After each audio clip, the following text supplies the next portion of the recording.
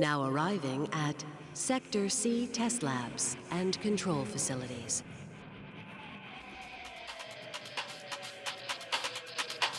In 1998, Valve redefined first-person shooters with Half-Life, but its beginnings were far from the landmark title it would become. Long before Black Mesa or the Resonance Cascade, Half-Life was almost unrecognizable in its early form. The earliest known build captures the project in its experimental phase, where it's still searching for its identity. In this video, I'm breaking down everything inside the build, from early models and scrapped enemies, to unfinished levels and story drafts. Let's see how it all evolved into the Half-Life we know today.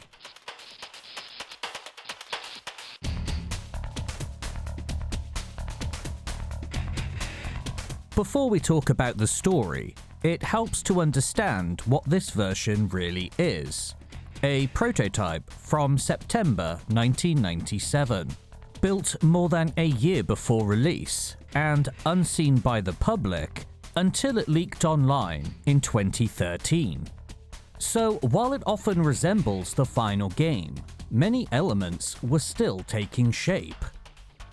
And thankfully, buried in the files is a short story synopsis that outlines the game's premise. Many of the broad strokes survive in the final version.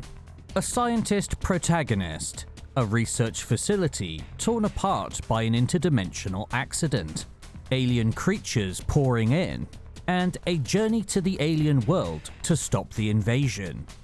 But the specifics change. The missile silo becomes Black Mesa. The unnamed weapons researcher becomes theoretical physicist Gordon Freeman. And the teleporter failure becomes the now famous Resonance Cascade. Shutting down. Attempting shutdown. It's not. Over the next year, Valve fleshed out the details, grounded the events in a believable world, and replaced placeholder story beats with the environmental storytelling Half-Life is known for. But still, the story was only one piece of the puzzle.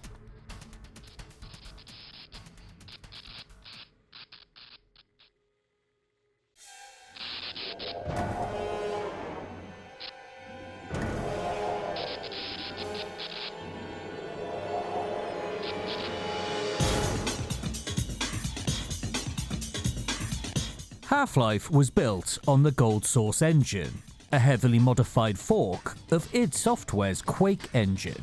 And despite major additions to animation, AI, physics, and lighting, the alpha still carries a lot of Quake's structural DNA, most clearly seen in the main menu, which still mirrors Quake's layout.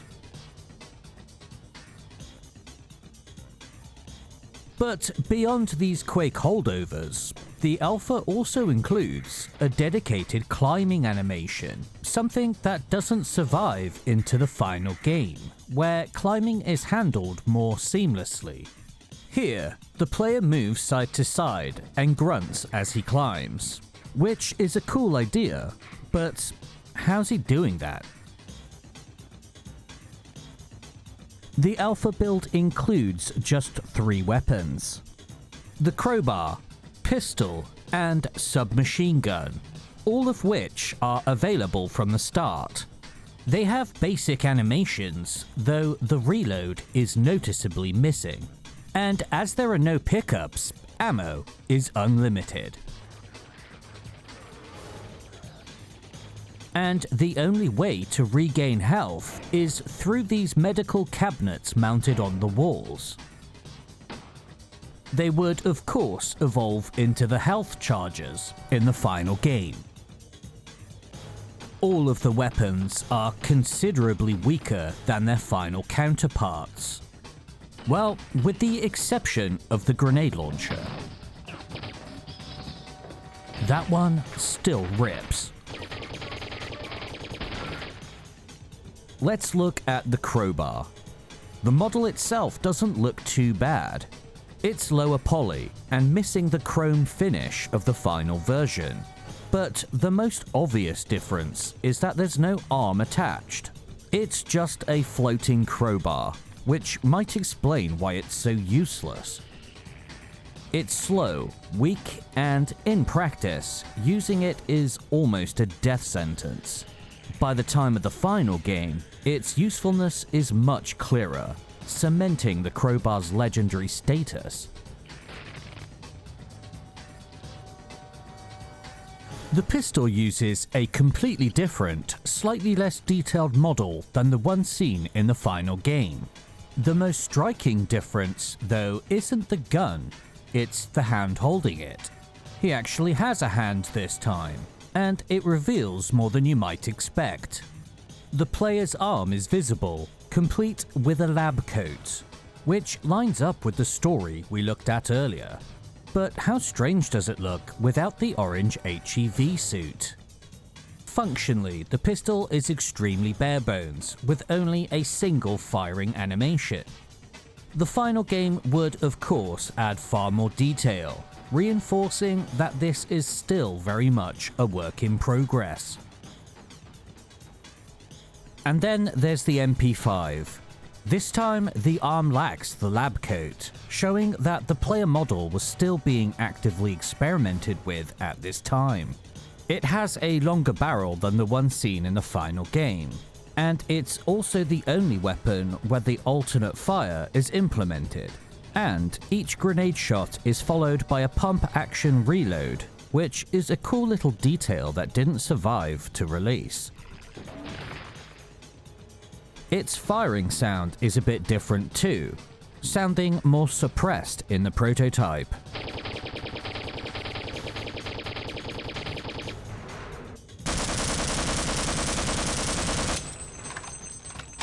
By default, the game boots with no heads-up display, though you can easily enable it using the minus key. What appears is very different from the final game's interface. Only health is functional, shown as a bar on the bottom left.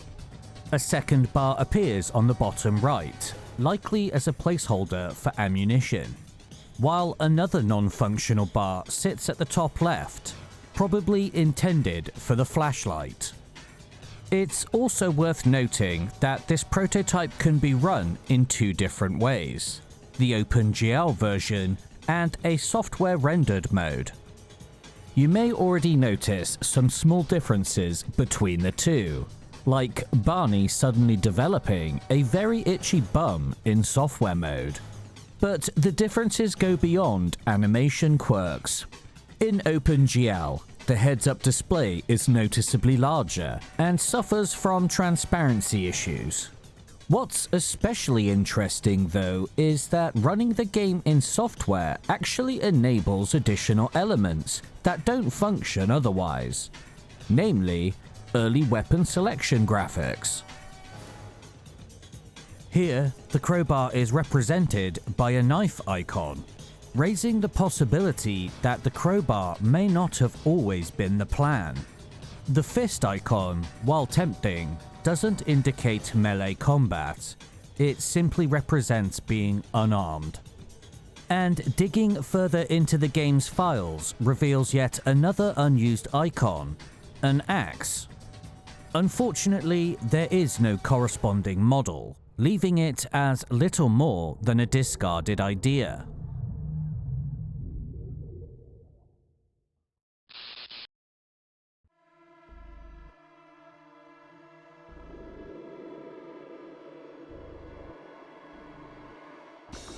The alpha includes several NPCs that hint at the world Valve was beginning to build. First, let's take a look at the playable character. This early protagonist is nicknamed Ivan the Space Biker. He sports a large beard, flat-topped hair, and a much bulkier interpretation of the HEV suit. The suit itself is a different color from the final version, with research stamped across the back. His model is named Doctor, so was he meant to be a doctor, a weapons researcher, or both? It's unclear, but he's very different from the Gordon we'd end up with. Ivan may have been replaced, but his old model still lives in the retail game. The 25th anniversary update even added him as a deathmatch player skin, keeping the legend alive. Then there's Barney, and the first thing you'll notice is his face. He looks like he's seen some serious shit. But beyond that, his overall design is already quite similar to the final game, with a few key differences, like the MP marking on his helmet, and he has a baton on his belt, though it's purely cosmetic. And his name badge is actually clearer in the prototype. In-game, his AI is extremely basic. Most of the time he just stands there, but if you provoke him, he'll shout, "Freeze!" and fire at you.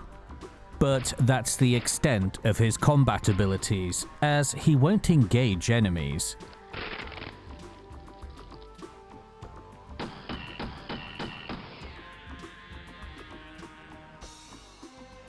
He struggles to navigate even the simplest of obstacles, and will only loosely follow you. The final Barney is clearly more polished, but the alpha version is certainly memorable. Freeze!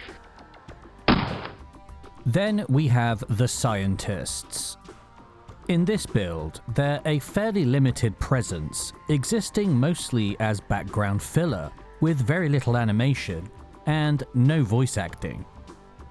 In the final game, scripted events, voice lines, and more complex behaviors would turn them from static decoration into characters that felt part of a living world. There are only 3 variants here: early versions of Glasses and Einstein, plus a scrapped type called Egon, named after the Ghostbuster. All 3 use the same body mesh with interchangeable heads, just like it works in the final game. And here is a quick comparison showing them side by side with their final game counterparts.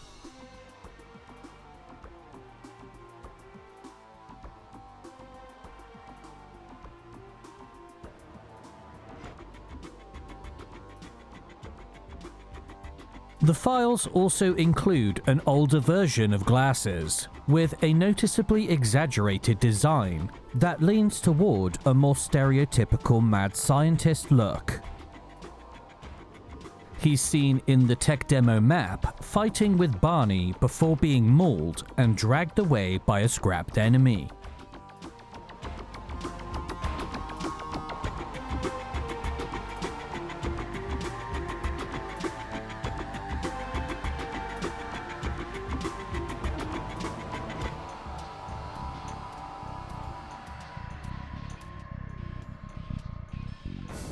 Now let's turn our attention to the human grunts.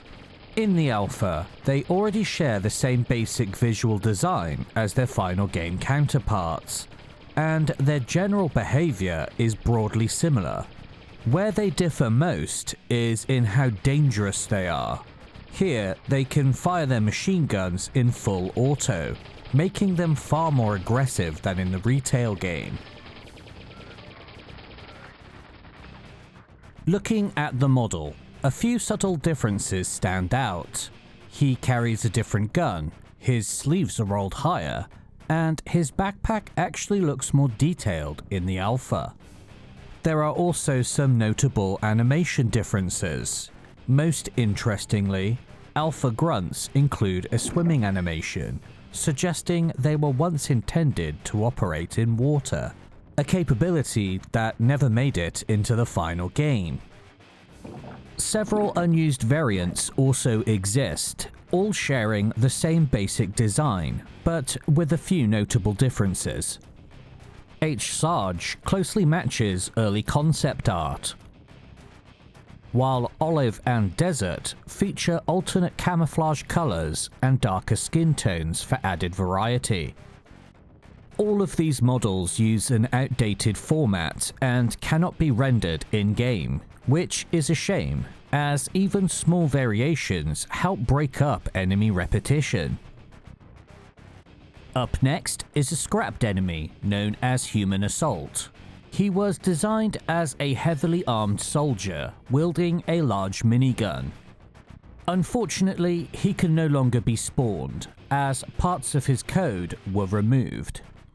However, his model still remains in the files, and thankfully, the build also includes some demos that show him functioning as intended.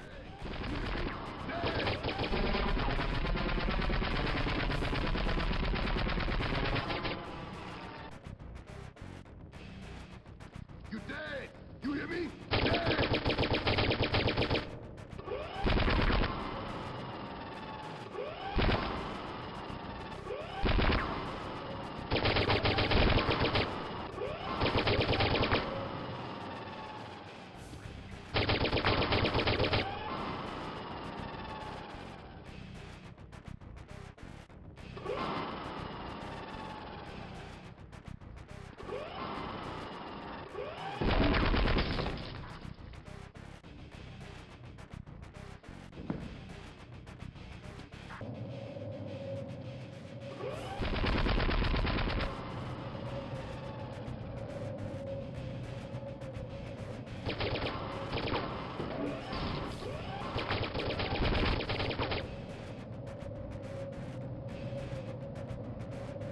Across the demos, he's presented like a mini-boss. He remains largely static, but will open fire as soon as the player is spotted. In 2 encounters, the player can avoid fighting him, but in at least one case, it seems like he must be killed to progress. The build also contains an exclusive vocal sound file, borrowed from Mr. T of the A-Team. You dead! You hear me? Dead! Despite being unused in the final game, the presence of his model suggests that development continued for some time. The later version shows some clear improvements, including better arm placement, more detailed textures, and the addition of a large backpack.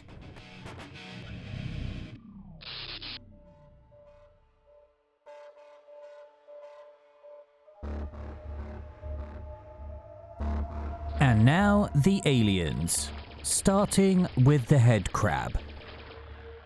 The early version has a different shape with a big bulge on top and is a deeper red in color. The mouth already follows the same concept as the final, but it's rougher and less defined. But there is one thing that really stands out. That's right, the alpha head crab has a butthole. It's hard to unsee. They might look unfinished, but these prototype head crabs are no pushovers. They take more shots to bring down, and a single hit is enough to kill you.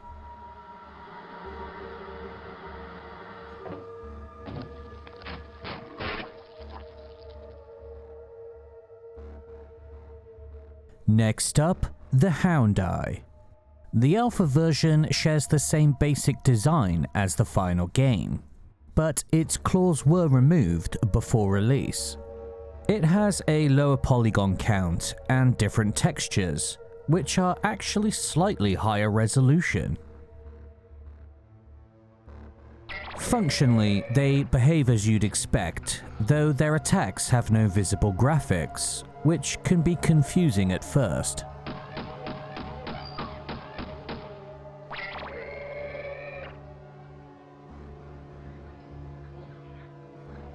Alien grunts also appear and share the same basic design as the final game. The most noticeable difference is that they're missing the weapon on their right arms, though that doesn't stop them from shooting you. The alpha textures are brighter and lack the shiny metal finish seen in the final version. In-game, they act pretty much as you would expect.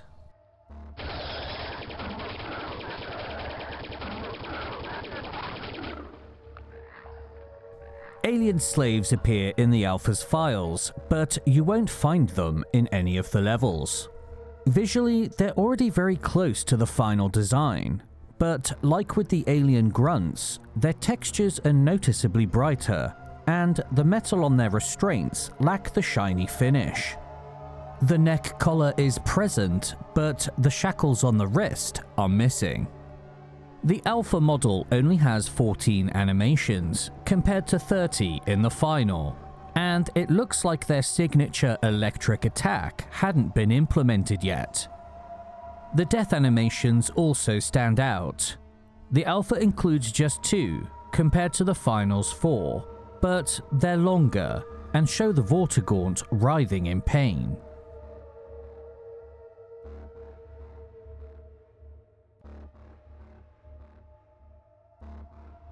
Next up is the scrapped Panther Eye. 2 versions of it still exist in the files. The later red model is the one that appears in actual levels, but most of the time it has no AI, so it just stands there.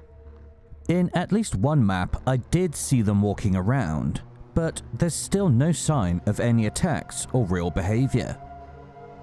But the Red Panther Eye does have 4 animations in the files. 2 walk cycles, a flinch, and an attack.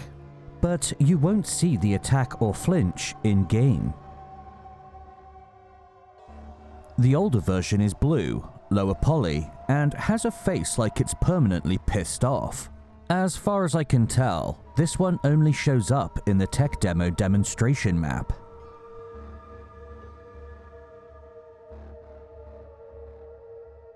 And this model also has an asshole. I'm just reporting what I find. As for why it got scrapped, Valve struggled to implement believable movement for 4-legged creatures. The main issue was feet sliding, where the creature's feet would glide unnaturally across the ground due to animation and engine limitations. Even though the Panther Eye never made it, a few sound effects for it still exist in the files.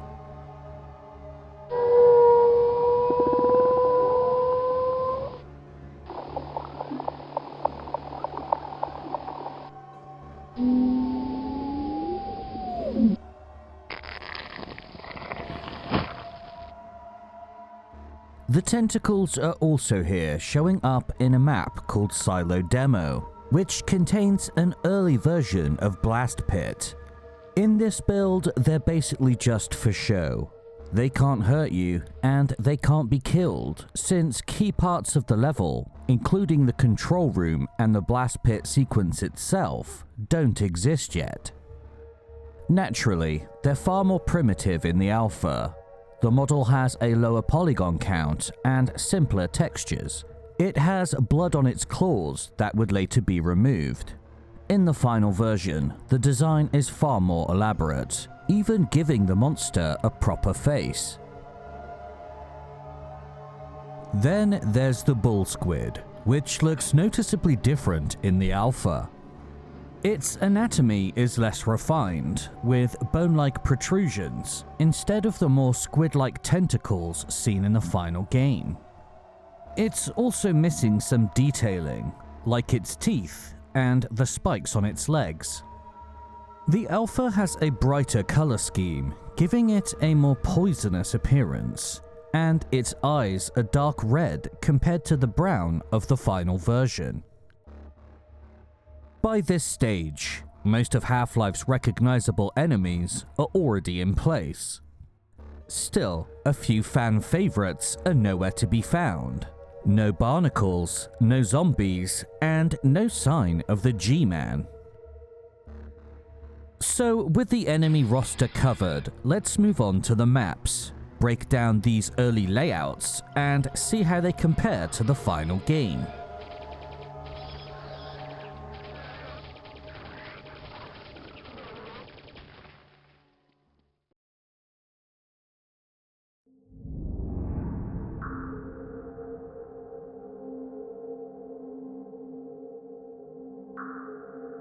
There are around 20 levels in total. A few are demo maps made to show off at press events or to test ideas, while the rest are rough versions of areas from the final game. First, let's take a look at the demo maps. Tech Demo is the alpha's opening map, designed less as a full level and more as a showcase of the engine's capabilities.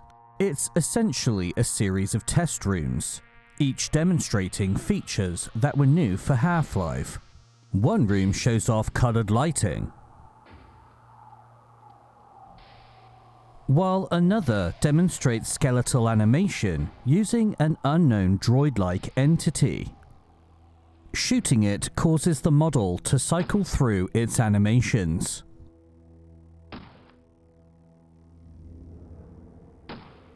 There's also a room dedicated to transparency effects, and another demonstrates flocking behavior, with a group of boids flying together around the room.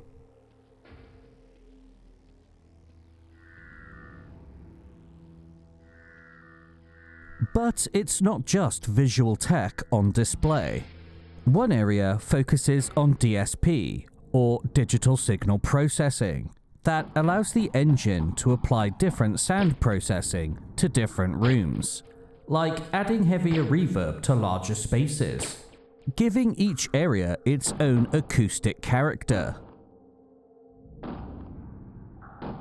There's also a room demonstrating scripted sequences, which we've already seen, and another designed to push the engine's polygon limits by showing how many polygons a single model could handle. For this, Valve used a giant robot lifted from the 1980s anime Super Dimension Fortress Macross. It even does a cute little dance.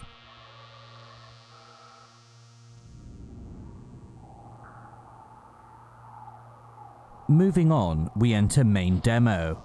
Unlike the tech demo, this area feels more deliberate. There's a clearer sense of layout and progression, even if it's still closer to a short test level than a finished mission. You begin in what looks like the lobby of some kind of facility. From there, you move through industrial corridors that echo Black Mesa, just in a much rougher state. The layout is simpler, the scripting far more limited, but the intention is clear. Valve wasn't just testing assets anymore, they were testing how the game might flow. There are catwalks suspended over shallow water, rooms packed with computers and scientists, spaces that feel like early drafts of areas we'd later see refined in the final release. That stings a bit. And then there's the showroom, a space built to display the 3D models. Shooting the buttons rotates them, and shooting the models cycles through their animations.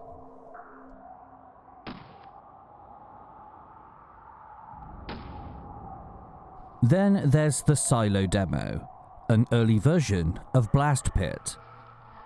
As we saw earlier, the tentacle monster appears here but is very basic and completely non-interactive. The final game has you explore side rooms to activate the Blast Pit, but none of that exists yet. Most of the map is unfinished, though there is one interesting side room that seems to have been used to test the human grunts. With the demo maps out of the way, let's take a look at the alpha's only multiplayer map, Wares, an early version of Stockyard. The core geometry is mostly set, and the layout already feels familiar. However, without pickups, a skybox, or most of the decorative elements, the level feels much emptier than the final version.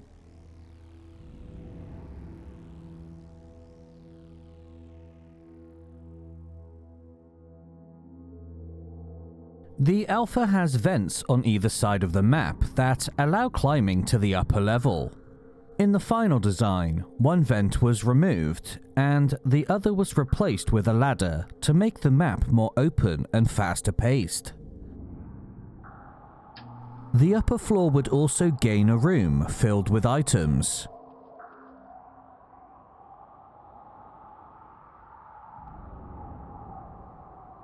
And the missing machine guns would be added to complete the layout.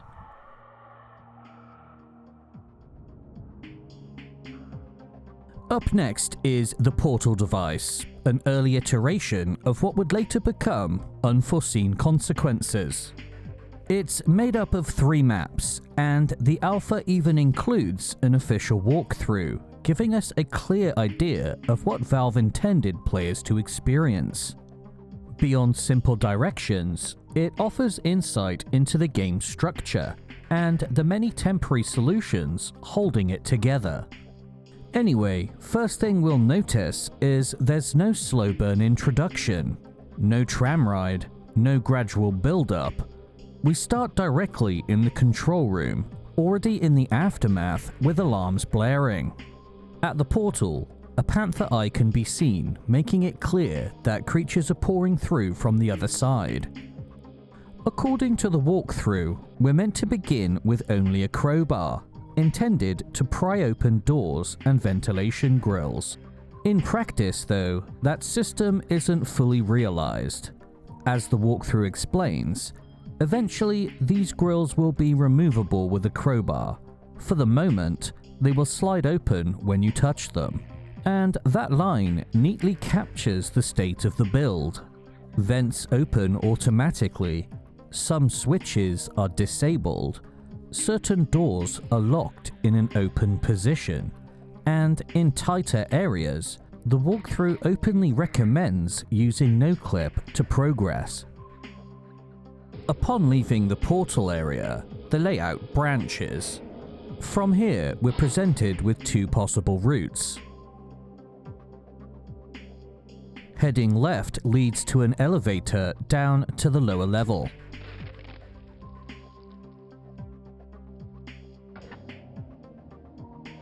Both routes eventually converge here, but the right-hand path feels like the intended route. Almost immediately, we encounter a massive ventilation fan that would make it into the final game, along with a broken door that also survives.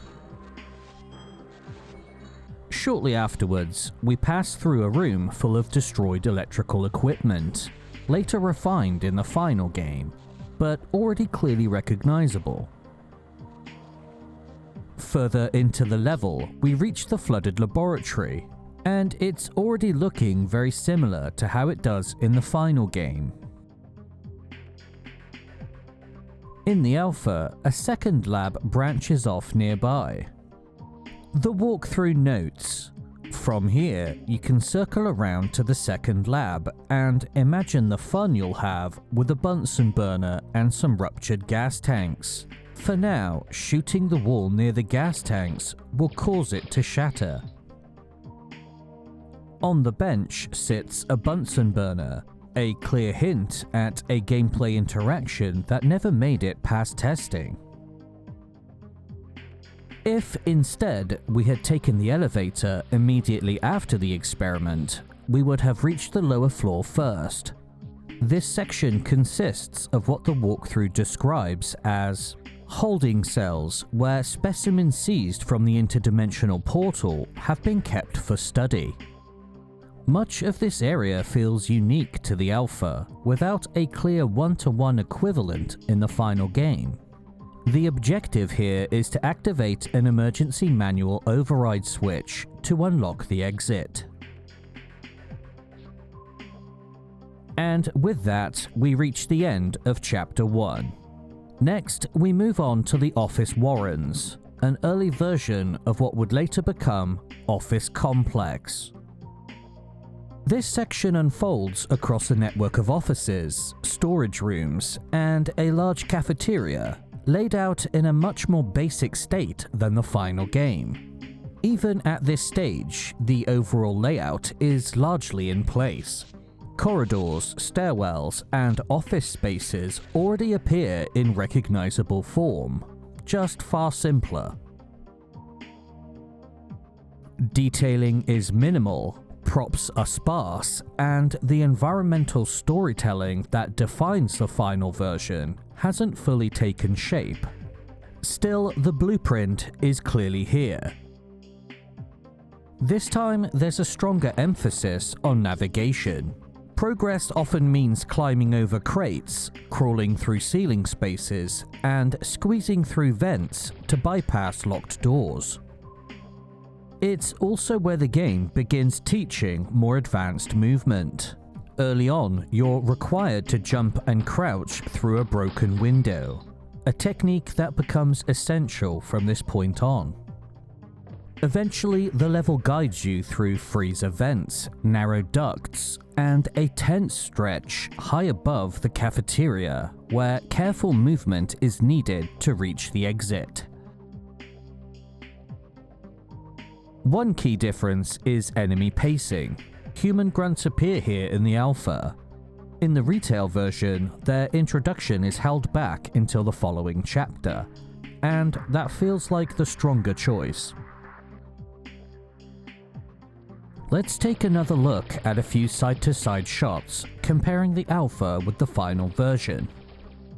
Visually, the alpha is far more basic, with flat functional lighting and sharp angular geometry.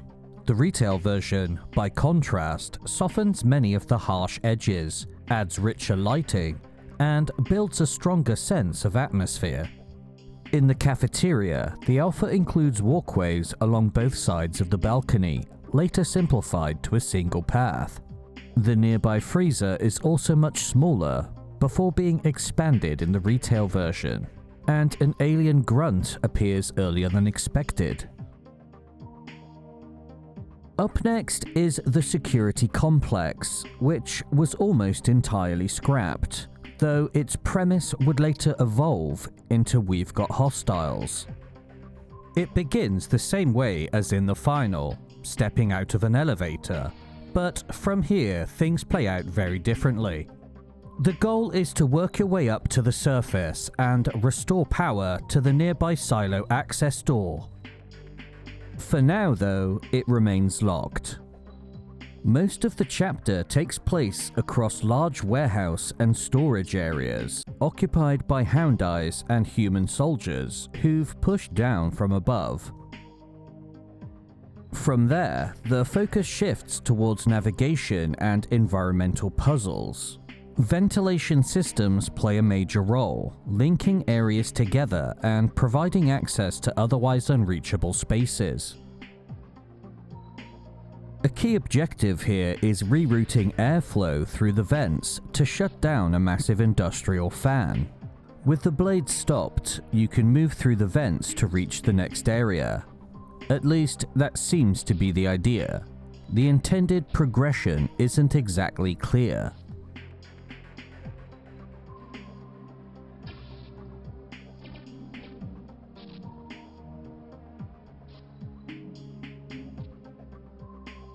Along the way, the prototype experiments with more dynamic spaces, including flooded storage areas, fragile walkways, and areas requiring careful observation to navigate safely.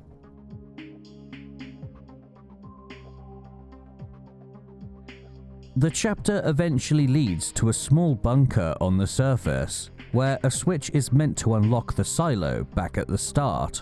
However, much of the scripting is incomplete, and the objective doesn't function properly. It's still a striking area. Outside, the space opens up into a military yard filled with hangars and trucks. There's nothing to do, as it seems the area was only ever meant to be viewed through the window, but it's still pretty cool. In this build, the trucks exist as standalone 3D models. In the final game, similar vehicles were instead constructed directly from brush geometry, making them part of the level rather than separate models. That brings us to the end of the security complex. The next chapter is Alien Research Lab, a precursor to the final game's questionable ethics. We start in a cramped storage area with a few human grunts on patrol.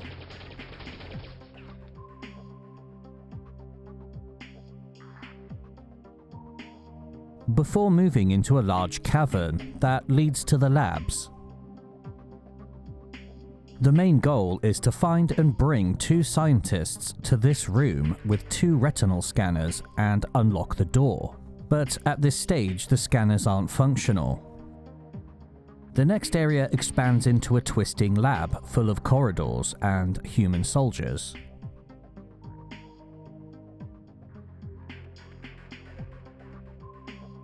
A standout feature is this room with alien grunts in stasis tanks.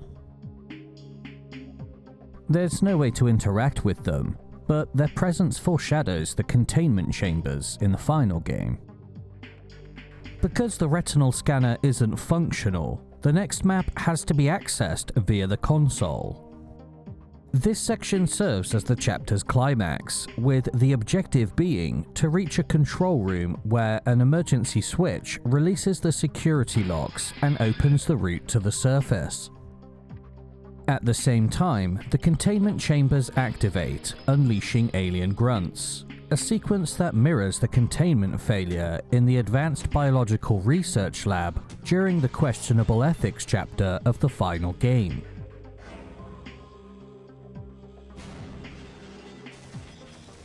Once you reach the surface, however, the progression simply stops, with no clear ending or transition into the next chapter.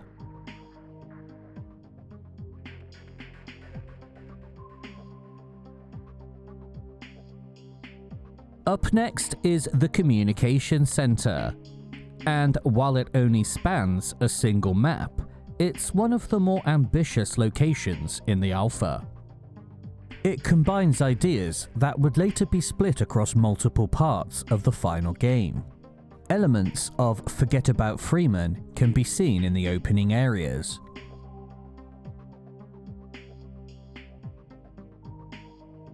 While some of the architecture closely resembles the multiplayer map Data Core.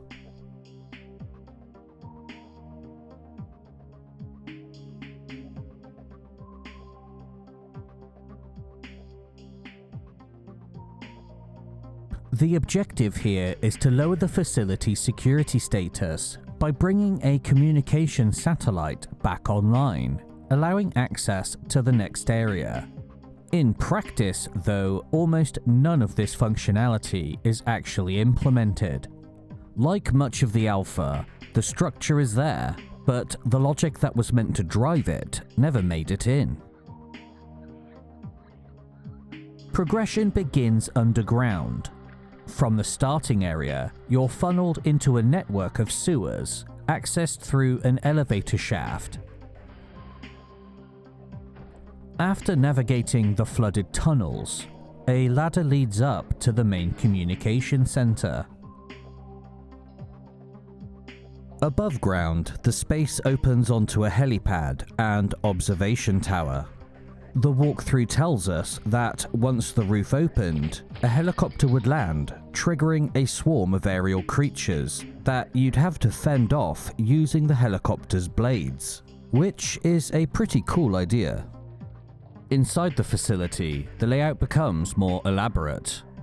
A communications control room is described as being sealed due to the base's high security status, with the lead scientist trapped inside, though in the prototype, the lockdown isn't actually implemented.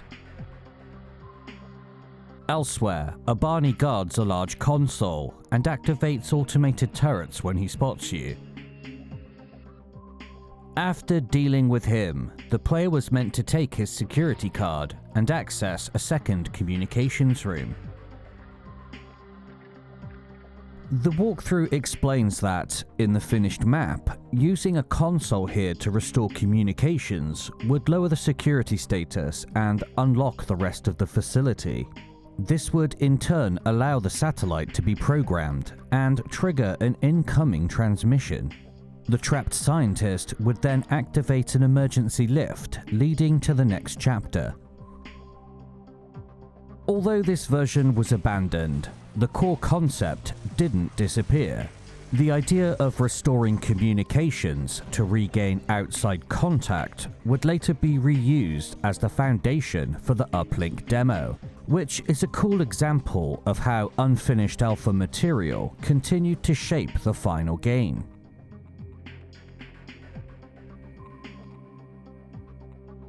And finally, we reach the Reactor Lab, an early version of the reactor section, later seen in the Lambda Core chapter of the final game. The first map is set in an underground complex. The focus here is straightforward: fight your way toward the reactor. This section closely mirrors the approach to the Lambda complex in the final game.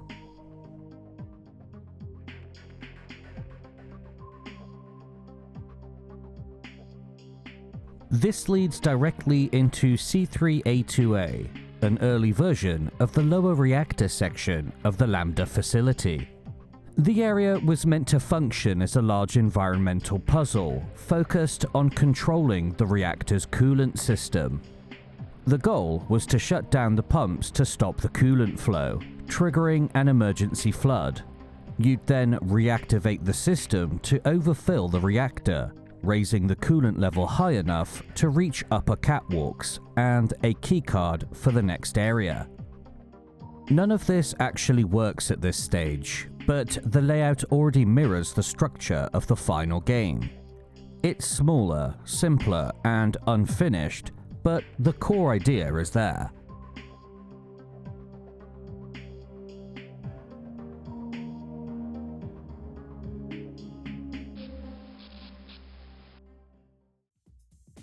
If you enjoyed the video, please consider subscribing, and check out my channel for more deep dives into game history.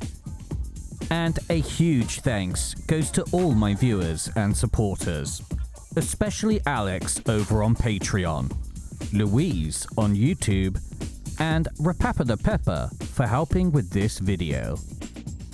I hope to see you all in the next video. But for now, cheers.